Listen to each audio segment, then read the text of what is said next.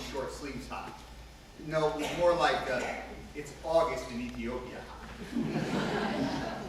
Growing up, I remember sitting in their living room, sweating, and trying to figure out my relation to these people, who not only didn't share my same environmental needs, but who had also reached an age I could barely comprehend.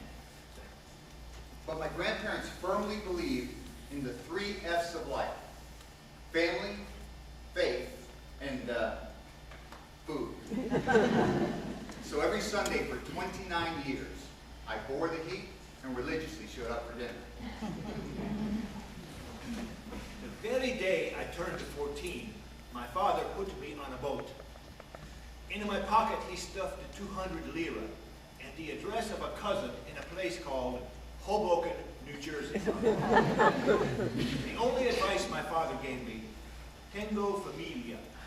Now, if you just said that in English, it would mean, I support a family. But in Italian, it means more, much more. I am a man. I am doing well for my woman and my children. I have a reason for being alive. Tengo familia. I arrived to find my cousin had left Hoboken for a far land called Brooklyn. So for 6 weeks I lived under a pier off the Hudson River. Every minute of every day trying to figure out a way to earn enough money to get back home. I was the middle sister of 7 girls, and Frank was the first man. No, the first person to ever notice me. He was making $1 a day as a carpenter's apprentice. I thought that was a fortune. He promised that if I'd marry him, he'd become a fine carpenter, and he'd build for me, an entire house. And he did. He became a wonderful carpenter, and he built for me this beautiful home. My grandmother Ida never made it through grammar school. Never even learned how to drive a car. But lock her in the kitchen with tomato, pasta dough, and garlic. The woman was Einstein. By my 29th birthday, my parents had moved to Florida and my sister Melissa to San Diego. Before she left, Melissa told me, the best thing about being an American is that you can stay in the country and still move 2,000 miles away from your family.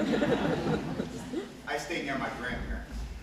Each Sunday, I rode a bus in from the city. But one Thursday, something happened to me. Something important. And what I had to tell them couldn't wait. Hey, Gramps. Hi, Nene.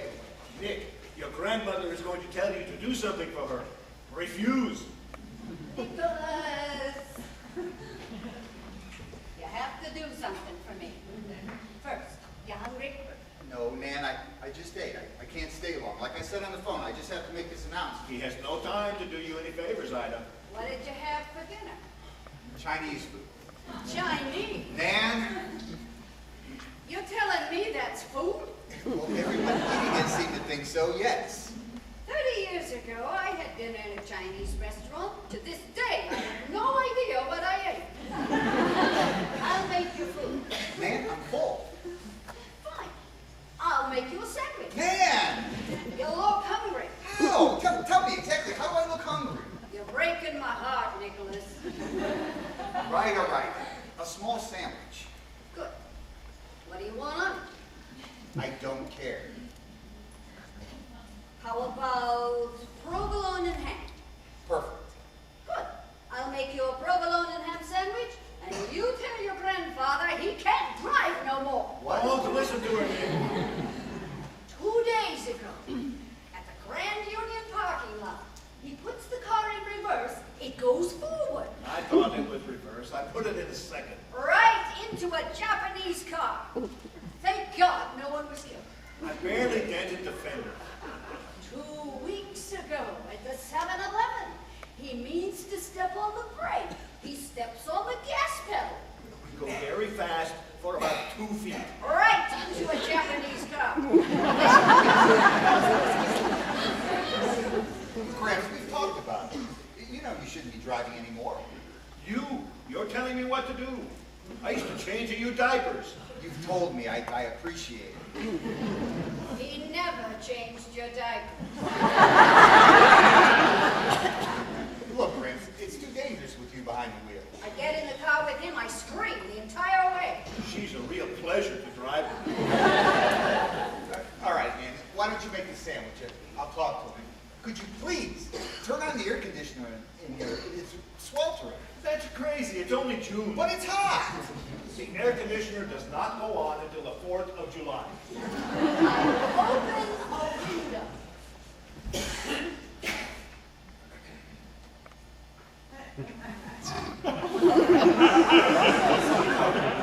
Listen to your grandson. Gramps, come on. You know something terrible could happen. I have to drive your grandmother to the store. She can walk. Take the bus. I only go close by, that's all. And you still get into accidents. So what are you saying? I'm too old to drive? Your reflexes are just getting a little slow. I'm out of provolone. Cheddar or Munster? Whatever, Nan. I want to make it the way you like it. How can you make it the way I like it? I don't even want it. Oh, fresh. Cheddar or Munster? Cheddar. You sure? Absolutely. 100%. I want cheddar. But I got such nice Munster. This is the woman you're listening to, so I can't drive. All right, Nan. Munster. I want Munster. I thought so. Look, Gramps, I just don't want to get a phone call saying you hurt yourself. Or Nan, or someone else. My first car, 1941 at DeSoto. Cost $53 more than I could have possibly spent. But once I laid eyes on that car, chrome wheels, black leather interior, dashboard that was the most beautiful sight I ever saw. Bellissima. I worked 3 months, nights, shoveling coal into some restaurant furnace to earn that 53 bucks. And when I bought that car, when I actually sat behind that dashboard, held that perfect new steering wheel in my hands, that's when I knew I could make a life for my family. If I could own that car, I could make a life. Tango for me.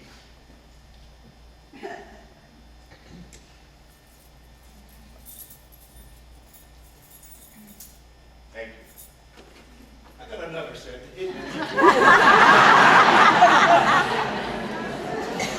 Just promise you'll only drive in an emergency, all right? Yeah. I was the first in my family to get a good job with a union in a Ford's automobile factory. And the way I got the job, see, was I told them I was Irish. I had to, because those days, the most famous Italians in America were the Pope and Sacco and Vincetti. And then they look at us and think, Pope? No, Sacco and Vincetti. My father's folks, Nunzio and Emma, lived 2 doors down. And each Sunday, they'd also visit and share dinner. Both children of hard-working but destitute immigrants. They married at 17 and had 2 sons. My dad and his brother Nick, who was killed in Korea. The day that I married Nunes, my mother set me down and told me something amazing. She said, Emma, just because you're his wife doesn't mean that you're not as important as him. Speak up. Say how you feel. Don't become one of those women who get lost behind their family. Ha. So I told Ford's that my name was Ian Sean O'Malley O'Brien O'Sullivan. And they gave me the job. And so, while Nunes went to work, I made us a beautiful life at home. I stood on an assembly line and put this nut on that boat for 27 years to give my wife and my sons the life they deserve. We struggled, and we got by, because we were a family. Tango familia. Tango familia. Tango familia! They were the loudest people I ever